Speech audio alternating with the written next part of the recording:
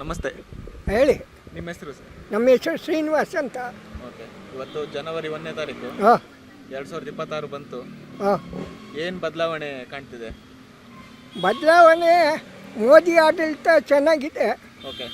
ಹಾಂ ಎಲ್ಲ ಪ್ರಗತಿ ಯಾಕೆ 4ನೇ ಸ್ಥಾನಕ್ಕೆ ಬಂದಿದೆ ಭಾರತ. ಓಕೆ. ಅದು ಹೆಮ್ಮೆ ವಿಚಾರ. ಓಕೆ. ಆ ಹೆಮ್ಮೆ ವಿಚಾರದ ನಡುವೆ ಕೆಲವರ ವಾದ ಹೇಳ್ತಿದೆ ಹಿಂದೂ ಧಾರ್ಮಿಕ ಕೇಂದ್ರಗಳನ್ನು ಟಾರ್ಗೆಟ್ ಮಾಡ್ತಿದ್ದಾರೆ ಅಂತ. ಧರ್ಮಸ್ಥಳದ ಕೇಸ್ ತಗೊಂಡ್ರೆ ಯಾರನ್ನ ಈಗ ಹಿಂದೂ ಧಾರ್ಮಿಕ ಕೇಂದ್ರಗಳು, ದೇವಸ್ಥಾನಗಳು ಅಥವಾ ಮಾಡಬಾರ್ದು. ನಾವೆಲ್ಲ ಹಿಂದೂಗಳೆಲ್ಲ ಒಗ್ಗಟ್ಟಾಗಿರಬೇಕು. ಓಕೆ. ಏನು ಪ್ರತಿಯೊಬ್ಬರು ಹಿಂದೂನು ಹಿಂದುತ್ವನ ಬೆಳೆಸಬೇಕು. ಹಾಗಂತ ನನ್ನ ಅಭಿಮತ. ಧರ್ಮಸ್ಥಳ ವಿಷಯಕ್ಕೆ ಬಂದರೆ ದೇವಸ್ಥಾನನ ಟಾರ್ಗೆಟ್ ಮಾಡಿದ್ರು ಕೆಲವರು. ಬುರುಡೆ ಗ್ಯಾಂಗ್ ಅಂತ ಒಂದು ಬಂತು. ತುಂಬ ತಪ್ಪು ಅದು. ಓಕೆ. ಪವಿತ್ರ ಸ್ಥಳನ ಅಪವಿತ್ರಗೊಳಿಸ್ತಾ ಇದ್ದಾರೆ. ಅದು ತುಂಬ ತಪ್ಪು. ಓಕೆ.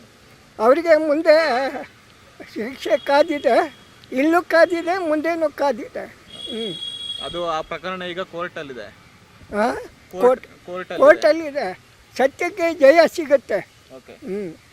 ಕೊನೆಯದಾಗಿ ಏನು ಹೇಳ್ತೀರಾ ವೀರೇಂದ್ರ ಹೆಗ್ಡೆ ಅವ್ರ ಬಗ್ಗೆ, ಧರ್ಮಸ್ಥಳದ ಬಗ್ಗೆ? ಯಾವ ಧರ್ಮಸ್ಥಳದ ಬಗ್ಗೆ ಸತ್ಯಕ್ಕೆ ಜಯ ಇದೆ.